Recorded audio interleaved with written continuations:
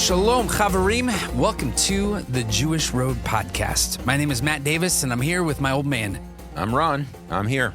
There you are. And we are here finally getting back to this. It's been a little bit, and we apologize for that, but we've been here, there, and everywhere. A couple times to Israel, some conferences in Dallas and California and Florida and all over the place, even a camp in Missouri.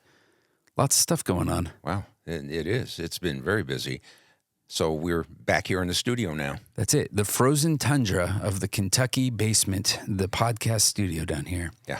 But we've been meeting lots of people. We've been getting to know a lot of people coming from all over the place. We're meeting a lot of Jewish people and some very interesting conversations that we're having around that and some things that we'll even get into as we're going to open up the discussion here for the next couple of episodes. Yeah, it's kind of amazing. People have found us even online, and then they contact us. It opens up the door for conversations and discussions on their Jewishness that some of them are really confused about. Yeah, and it's interesting, and I think it's also confirming that when they find us, there's a breath of relief. There's oftentimes this like, yes, this is what I have needed to know. This is what I've been struggling with, and it feels pretty good to be able to meet people right where they're at and to be able to give some answers for people who are searching. Yeah, obviously doors are opening. Yeah, and you know what's very interesting in all of my travels? Do you know one thing that people tell me that still just shocks me just a little bit? What's that?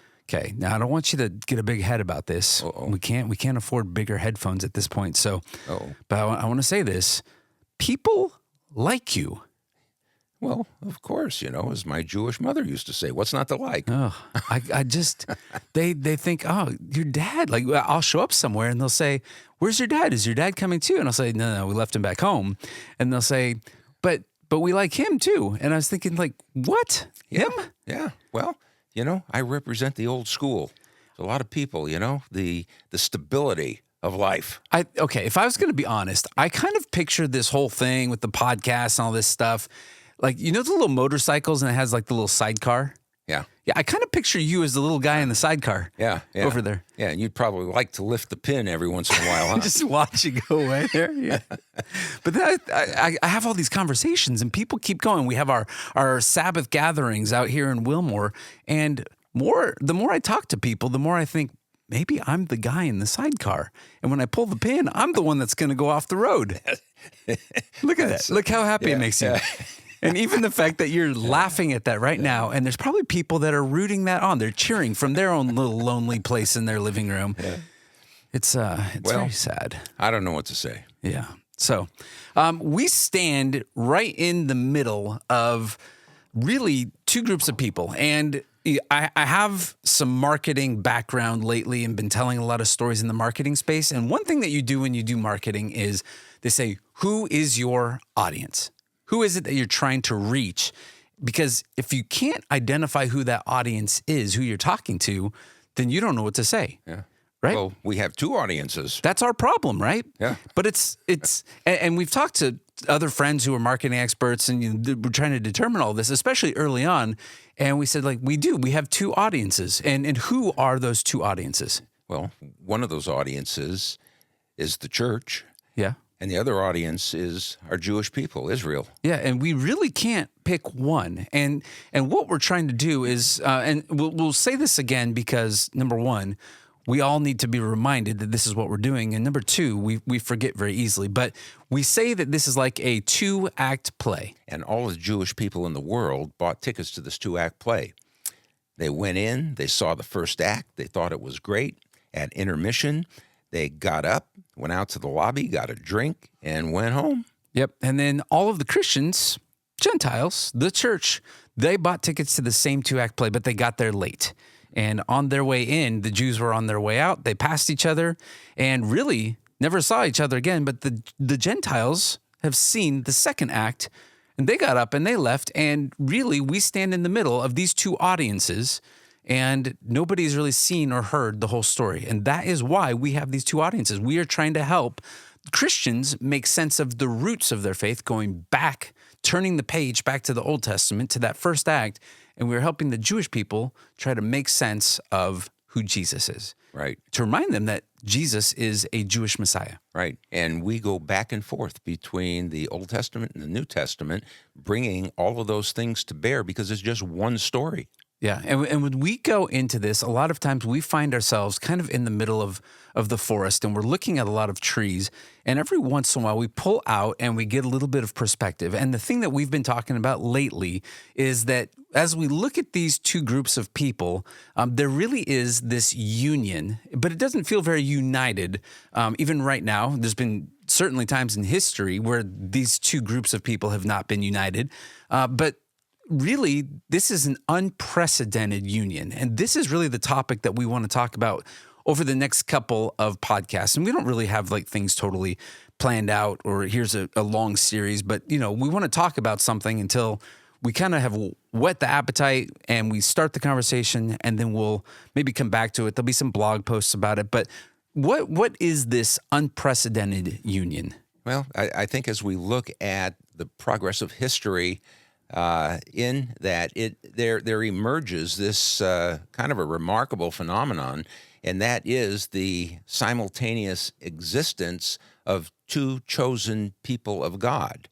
That is to say, Israel and the church. And as we look into it deeper and we dive into it, we are really going on a journey trying to understand and unravel this intricate relationship between the two groups. We're living, I guess, in an unprecedented time, which is the only time I can think of in history when Israel as a nation and the church have coexisted. So when we look at this, it almost sounds blasphemous to say this. Not even blasphemous, but really it just sounds incorrect, because my entire life I've heard that God has his chosen people, and his chosen people are the Jewish people. Right. But one thing that you said a few months back that kind of took me by surprise, and I was almost getting ready to pick up the stone and throw it at you because it was so heretical it sounded in the beginning, but you said, really, there are two chosen people.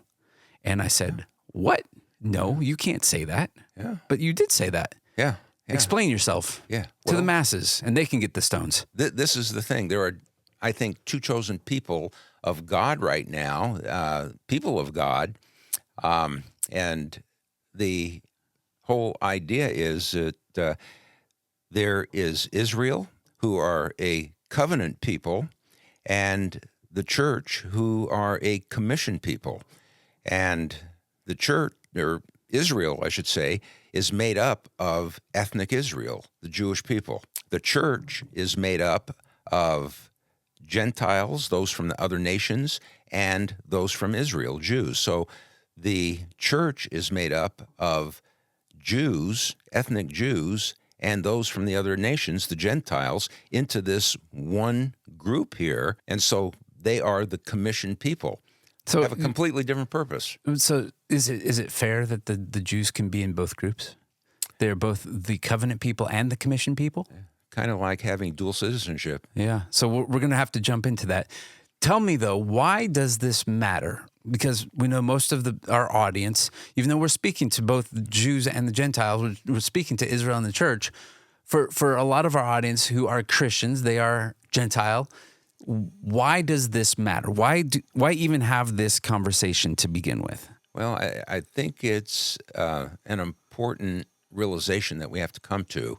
Those of us who have become believers and followers of the Messiah Jesus, we say, quite fervently that we are still Jewish, even though the church wants to say, no, you're one of us now, you're a Christian. To our Jewish brethren out there, that means we've kind of changed jerseys and we've joined the other side. Right. And what we want to get across is that we are still Jewish. And, this designation of the people of God, the whole idea of the people of God actually comes from the application that is given to Israel in the Old Testament. But it has, I think, been broadened to include the nations. And that was something that God had always intended. So really, when we're talking about this, and really the role for the church is to realize that they are part of God's great plan, that this is not and I think this is important for us, especially as Jewish followers of Jesus, the Messiah, is that God is not done with his Jewish people. That the covenant that he made with his covenant people, with his chosen people, is still in effect, and that the commissioned people have not taken over.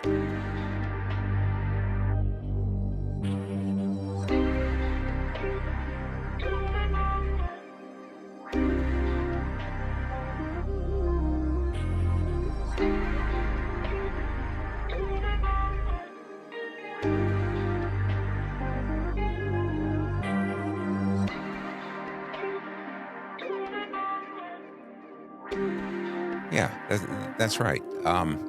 The people who make up the body of Messiah, the church, we would say, is made up of Jews and Gentiles, and they have a completely different purpose in the plan of God than ethnic Israel, who God still has his hand upon. But God always had a significant role for the nations coming to him and also being known as the people of God. For example, scripturally, in Zechariah chapter 2 and verse 11, Zechariah says, "And many nations shall join themselves to the Lord in that day, and shall be my people. And I will dwell in your midst, and you shall know that the Lord of hosts has sent me to you." So it's interesting that, even far back in the prophets, they looked forward to a time when the God of Israel is going to bring in the nations as well. Yeah. And so really, there will be a restoration of all of these pieces. When we also now say that Israel as a people, they are back in the land, simultaneously existing right now on earth with the commissioned people, with believers all throughout the land. So when you go to Israel even today, you have religious, Orthodox Jewish people who are there. You also have Messianic believers that are there in the land.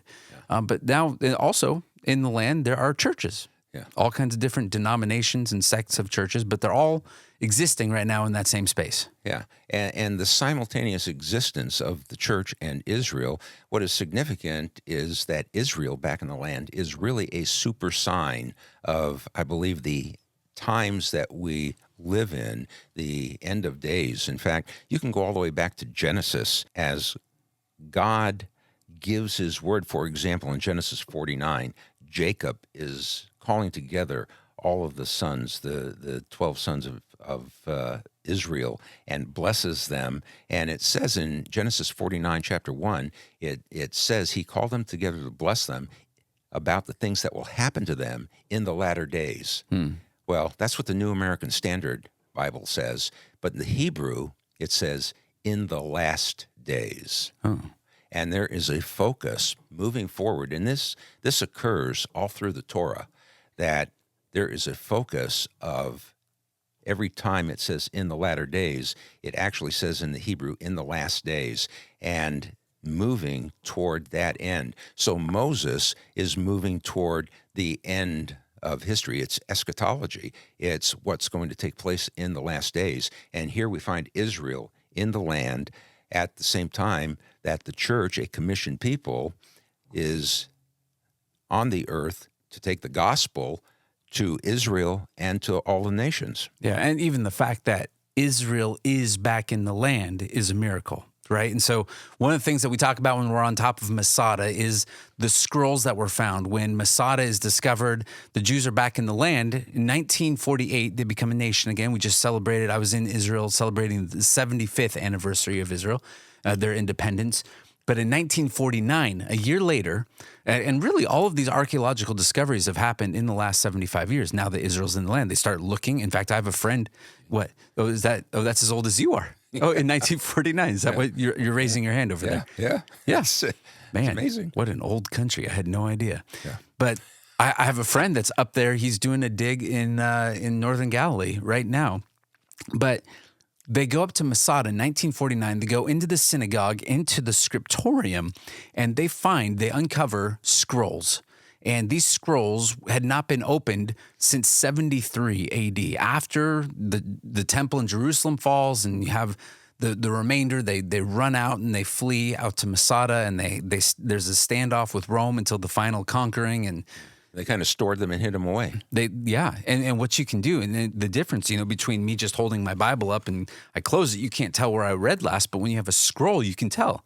And two scrolls in particular, one was Deuteronomy, the other was Ezekiel. But can you imagine, they know the night before that they're going to be taken, and well, really, the story, I'll save the story for when you come with us to Israel, but they are reading and they are thinking prophetically. Well, it's amazing. We were talking about Moses just a minute ago, and you're talking about Deuteronomy. And when we get to the Song of Moses at the end of Deuteronomy, what is it, chapter 31, 32? Again, 32. Yeah, again, it says in Deuteronomy that these things will happen in the latter days again, but the real Hebrew interpretation is in the last days. It's another significant language issue that the Torah is pointing to the last days. And so the find of those scrolls, you're referring to Qumran. Well, no, this is Masada. This is on Masada. It's on Masada, right? okay. We got the Dead Sea Scrolls. That's totally different. But That's different. But what they found and what they opened up in 1949, they opened up something that hadn't been opened up in almost 2,000 years. And this is what it said. This is Deuteronomy 30. And it says, when all these things come upon you, the blessing and the curse, which I have set before you, and you call them to mind among all the nations where the Lord has driven you. So even before they go into the land, he knows that they're going to be driven out of the land. He's talking about their disobedience already. That's it, right? Yeah. Before he's going to talk about blessing and what's going to happen in the last days. That's right. Yeah, he's saying you will be driven out. He says, and return to the Lord your God, you and your children, you obey his voice in all that I command you today with all your heart and with all your soul. Then the Lord your God will restore your fortunes and have compassion on you, and he will gather you again from all the peoples where the Lord your God has scattered you. Yeah. He's going to gather. He's already gathering. He's doing it right now. Yeah. It says, if your outcasts are in the uttermost parts of heaven, from there the Lord your God will gather you, and from there he will take you, and the Lord your God will bring you into the land that your fathers possessed. Which is amazing. He's speaking prophetically as if you're going in. He says you're going in, but you're also going to come out, but then you're going to go in again. I'm going to regather you, and I'll just finish it here. And he will make you more prosperous and numerous than your fathers. Yeah. Pretty amazing. Yeah. And when is all that going to happen? Well, it's happening It's happening now. Yeah. But in Deuteronomy, it says that it's going to happen in the last days, which means we're at the time of the end. Yeah. That's it. So this whole idea of Israel's restoration, the people of God, meaning Israel, are in the land right now. And we also have the commissioned people of God who are also alive today, and we're both coexisting at this point. And one of the things that you read there that was interesting that we ought to mention also is the fact that the text that you read said that God is going to bring them back from the north and from the different places in the earth. This is not a return as from the Babylonian captivity when they were just in one place. This is a worldwide return of all of the Jewish people back to their land. Yeah, and it's happening. In fact, in unbelief. Yeah, and we'll have a friend of ours on the podcast coming up here. Spent some time with him in Galilee. His name's Chaim Mailspin. Yeah. And he has a whole ministry there called the Aliyah Return Center that they are doing ministry for Israelis, well, new Israelis, people who've come, Jewish people who've come from the uttermost parts of the earth into Israel, who oftentimes find it really difficult to live and survive in Israel. He's meeting their needs physically. Pretty amazing stuff going on there. Yeah, that'll be good. All right, so Israel comes into the land. We have the Jewish people. We have who are the chosen people, the covenant people, and then we also have the Gentiles. We have the commissioned people. Yeah. Well, it's not just the Gentiles. That's right. It's Israel, it's Jews and Gentiles, one new group of people who've been brought together. Yeah. And so they're now together, both coexisting, and this is unprecedented. The thing that we've got to mention before we stop is the fact that when we look at the church, it looks so un-Jewish, And I remember back in my days in seminary, even before seminary, I knew Dr. Charles Feinberg, and he, in one of our discussions, mentioned something to me that comes out of Genesis chapter 9 and verse 27. And it says that Japheth shall be enlarged, and he shall live in the tents of Shem. Well, Japheth represents the Gentiles, the nations, and Shem represents the descendants of the promise, that the line that comes through Abraham, through David, to Jesus. And you know what that verse says in Genesis is that Japheth shall be enlarged and shall dwell in the tents of Shem. And what Dr. Feinberg said, which I have carried with me for decades now, is that it was meant for Shem to live in the tent, or for Japheth to live in the tents of Shem, but he was not supposed to kick Shem out of the tent. Right. And that's kind of what we're dealing with here when we talk about the existence of Israel and the existence of church, and really an understanding of who this commissioned people are and what the commission is. Yeah. And so what we want to do is, this was just the primer. Welcome to the little introduction of this unprecedented union. And what we want to do is take the next couple episodes and we want to describe who are these people specifically. Let's talk about and really open up this idea of God's covenant people, who are the Jewish people, and then God's commissioned people, which is made up of, we would think that it would be made up of just the Gentiles, but it's actually made up of the Jewish people and the Gentiles. Right. And so we'll bring some clarity around all of that. So do you want to close out with anything else? Or is that pretty much what we got going for this one? I think that's good for now. We'll look forward to the next time we get together, and we will talk about the difference and sameness of the two people, because they have a same destiny. And we'll talk about that. Yeah, either we stop now or we go another 30 minutes. Yeah. Right. Which is dangerous for us. All right. Well, hey, thanks for listening. Thanks for being with us, and we will be back with you soon. We promise we'll be on a more regular calendar here and a little bit more predictable. But thank you for listening, and until next time, we say Sha'alu Shalom Yerushalayim. Pray for the peace of Jerusalem, especially now. Shalom.